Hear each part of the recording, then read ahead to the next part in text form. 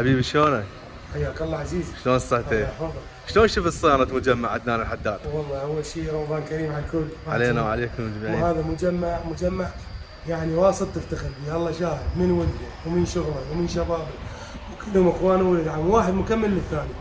انصح العالم كلها تجي المجمع وينام رغد، يذب السياره ويروح لها. بدو القلب. من امانه ومن شغل ومن ضبط ومن ادوات احتياطيه، فول الفول.